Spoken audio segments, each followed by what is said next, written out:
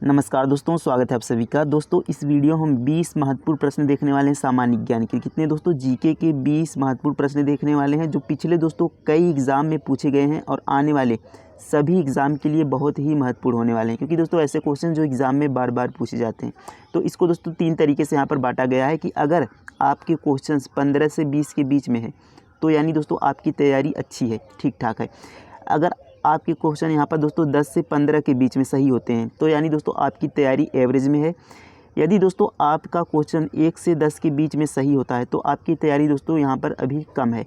तो इस तरीके से यहाँ पर दोस्तों इसे बांटा गया है। तो आप लास्ट में अपना स्कोर दोस्तों कमेंट में ज़रूर लिखें।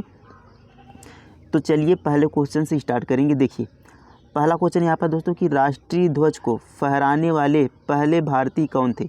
तो राष्ट्रीय ध्वज को फहराने वाले पहले भारतीय, इसमें दोस्तों आपको पुरुष या महिला कोई भी जो पहली हो वो आपको बताना है। तो कौन थे आप कमेंट में आंसर ज़रूर लिखें। तो इसका जो सही उत्तर हो जाएगा दोस्तों एनी बेसेंट। तो एनी बेसेंट यहाँ पर पहली भारतीय थी जिन्होंने राष्ट्रीय ध्वज को फहराया था। तो ये आपको यहाँ पर याद रखना है। ऑप्शन सी क्या हो जाएगा? सही उत्तर हो जाएगा। अगला प्रश्न देखेंगे। देखिए अगला प्रश्न है दोस्तों, सोने की शुद्धता को व्यक्त करने के लिए कैरेट शब्द का उपयोग किया जाता है। तो ये आपको पता होगा कि सोने की शुद्धता को व्यक्त करने के लिए कैरेट का उपयोग किया जाता है, लेकिन कहा है कि सोने का सबसे शुद्ध रूप है। तो सोने का सबसे शुद्ध रूप कौन सा है ये आपको बताना है। तो इसका जो सही उत्तर हो जाएगा दोस्तों ऑप्शन नंबर डी यहाँ पर हो जाएगा। 24 कैरेट का सोना शुद्ध होता है, 24 कैरेट का। तो ऑप्शन डी क्या हो जाएगा? सही उत्तर हो जाएगा। अगला प्रश्न देखेंगे।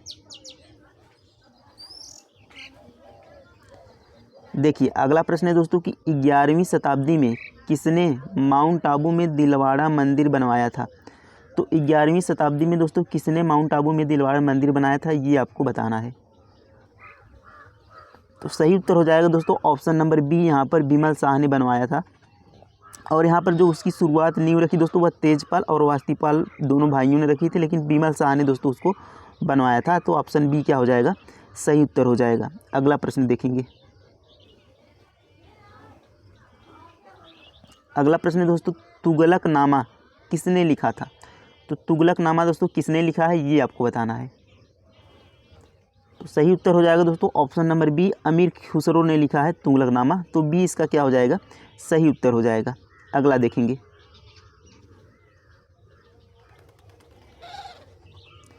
देखिए अगला प्रश्न है, इनमें से किसने प्राचीन भारत में चिकित्सा शास्त्र पर शोध प्रतिबंध लिखा था? तो किसने दोस्तों प्राचीन भारत में चिकित्सा का यहाँ पर जो शास्त्र था वो लिखा था? तो इसका जो सही उत्तर हो जाएगा दोस्तों ऑप्शन नंबर ए, यहाँ पर कनिष्क, ऑप्शन नंबर ए चरक। चरक दोस्तों यहाँ पर सही उत्तर हो जाएगा ऑप्शन नंबर ए। और दोस्तों चरक किसके दरबारी थे ये आपको? तो चरक दोस्तों यहाँ पर कनिष्क के दरबार में थे चरक, ये आपको याद रखना है। अगला प्रश्न देखेंगे। देखिए अगला प्रश्न है दोस्तों कि तरल पदार्थ की छोटी बूंदें इनमें से किस कारण से गोल आकार की होती हैं? तो तरल पदार्थ जो दोस्तों बूंदें होती हैं वो अपने गोल आकार में किस कारण से होती हैं ये आपको बताना है। तो सही उत्तर हो जाएगा दोस्तों ऑप्शन नंबर बी, यहाँ पर पृष्ठीय तनाव के कारण वो क्या होती हैं? गोल होती हैं। अगला प्रश्न देखेंगे। देखिए अगला प्रश्न दोस्तों, भारत की सफ़ेद क्रांति का जनक किसे कहा जाता है? तो भारत में जो श्वेत क्रांति दोस्तों आई उसका जनक किसे कहा जाता है? तो सही उत्तर हो जाएगा दोस्तों option number A, doctor Varghese Kurien Bharat में श्वेत क्रांति के जनक हैं। श्वेत क्रांति किससे संबंधित है दोस्तों? श्वेत क्रांति दुग्ध से संबंधित है, दुग्ध उत्पादन से। तो doctor Varghese Kurien, option A क्या हो जाएगा? सही उत्तर हो जाएगा। अगला प्रश्न देखते हैं। देखिए अगला प्रश्न दोस्तों, जलियांवाला बाग हत्याकांड को घटित हुआ था। तो जलियांवाला बाग हत्याकांड कब घटित हुआ दोस्तों ये आपको बताना है। तो इसका सही उत्तर हो जाएगा दोस्तों 13 अप्रैल 1919। इसका सही उत्तर हो जाएगा ऑप्शन नंबर बी, पंजाब में अमृतसर की जलियांवाला बाग में ये घटना हुई थी। तो ये आपको पता होगा कि 13 अप्रैल 1919 में। ऑप्शन बी क्या हो जाएगा? सही उत्तर हो जाएगा। क्वेश्चन दोस्तों एग्जाम में बार बार पूछा जाता है। अगला प्रश्न देखेंगे। अगला प्रश्न है कि भारतीय राष्ट्रीय कांग्रेस की प्रथम भारतीय अध्यक्षा थी। यानी दोस्तों जो भारतीय राष्ट्रीय कांग्रेस की प्रथम भारतीय महिला अध्यक्षता थी, यानी प्रथम भारतीय महिला किसने अध्यक्षता की ये आपको बताना है। तो सही उत्तर हो जाएगा दोस्तों ऑप्शन नंबर ए यहाँ पर सरोजिनी नायडू। इनके द्वारा प्रथम भारतीय महिला थी जो अध्यक्षता की यहाँ पर भारतीय राष्ट्रीय कांग्रेस की। अगला प्रश्न देखेंगे।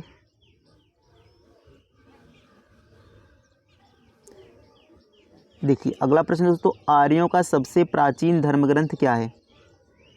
तो आर्यों का दोस्तों जो सबसे प्राचीन धर्म ग्रंथ है वह ऑप्शन नंबर सी यहाँ पर है ऋग्वेद। तो आर्यों का सबसे प्राचीन धर्म ग्रंथ क्या है? ऋग्वेद। ऑप्शन सी क्या हो जाएगा? सही उत्तर हो जाएगा। अगला प्रश्न देखेंगे।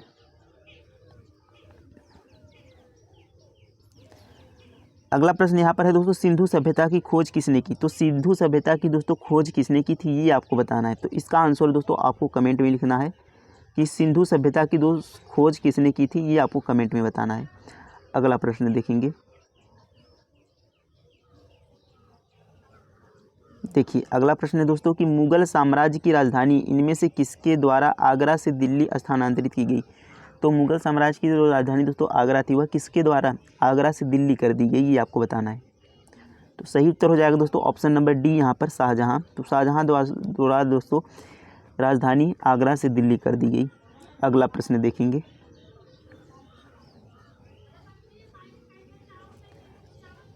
अगला प्रश्न दोस्तों, सोमनाथ के मंदिर को किसने लूटा था? तो सोमनाथ के मंदिर को किसने लूटा था ये आपको बताना है।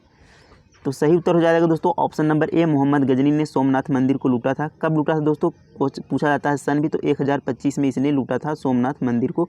सोमनाथ मंदिर कहाँ है दोस्तों? ये आपका गुजरात में है। कहाँ पर है? ये आपका गुजरात में है सोमनाथ मंदिर। अगला प्रश्न देखेंगे।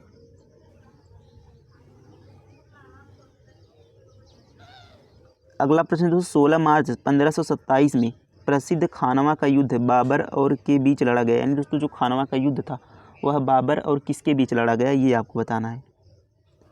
तो सही उत्तर हो जाएगा दोस्तों ऑप्शन नंबर सी राणा सांगा। तो बाबर और राणा सांगा के बीच खानवा का युद्ध लड़ा गया था, ये आपको पता होना चाहिए। अगला प्रश्न देखेंगे।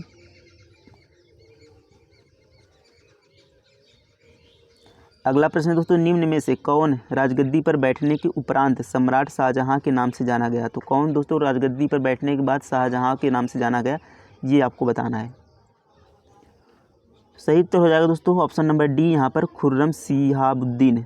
तो डी इसका क्या हो जाएगा? सही उत्तर हो जाएगा खुर्रम सिहाबुद्दीन। दोस्तों बाद में यहाँ पर शाहजहां के नाम से जाना गया। अगला प्रश्न देखेंगे। अगला प्रश्न है दोस्तों, बंगाल का प्रथम गवर्नर जनरल था। तो बंगाल का प्रथम गवर्नर जनरल कौन था, ये आपको बताना है। तो सही उत्तर हो जाएगा दोस्तों ऑप्शन नंबर डी यहाँ पर वारेन हेस्टिंग्स। यानी डी क्या हो जाएगा? सही उत्तर हो जाएगा वारेन हेस्टिंग्स। दोस्तों बंगाल का प्रथम गवर्नर जनरल था, ये आपको पता होना चाहिए। अगला प्रश्न देखेंगे।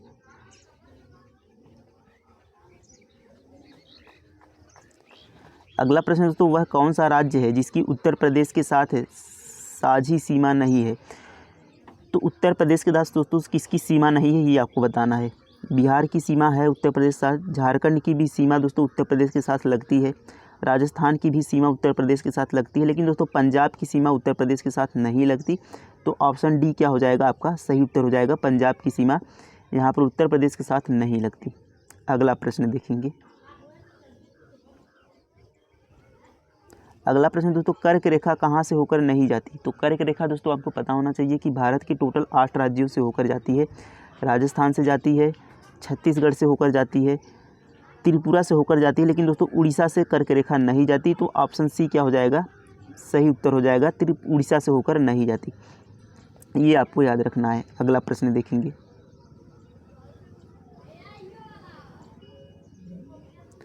अगला प्रश्न दोस्तों, भारत की सबसे बड़ी खारे पानी की झील चिल्का झील या निम्न में से किस राज्य में आती है? यह है यहाँ पर यह हो। तो चिल्का झील दोस्तों किस राज्य में आती है, ये आपको बताना है। तो सही उत्तर हो जाएगा दोस्तों ऑप्शन नंबर ए उड़ीसा में। तो चिल्का झील किस राज्य में है? उड़ीसा में। अगला प्रश्न देखते हैं। अगला प्रश्न है दोस्तों, निम्न में से कौन सी तटीय पट्टी पश्चिम घाट के समांतर नहीं आती? तो कौन सी यहाँ पर दोस्तों तट है जो यहाँ पर पश्चिमी घाट के समांतर नहीं आती, यानी पश्चिमी घाट में नहीं आती? कोंकण तट आती है दोस्तों, गुजरात से गोवा तक का तट कोंकण तट, कन्नड़ तट ये भी दोस्तों आती है, मालाबार तट ये भी आती है, लेकिन कोरोमंडल तट नहीं आती दोस्तों। तो ऑप्शन बी क्या हो जाएगा इसका? सही उत्तर हो जाएगा। ये आपकी दक्षिण पूर्वी क्षेत्र में आती है कोरोमंडल तट, तो बी क्या हो जाएगा, सही उत्तर हो जाएगा। तो उम्मीद है दोस्तों आपके 20 में से अच्छे क्वेश्चन यहाँ पर सही हुए होंगे। तो कितने दोस्तों सही हुए कमेंट में ज़रूर लिखिएगा। मिलते हैं तब तक अगले टेस्ट में। धन्यवाद।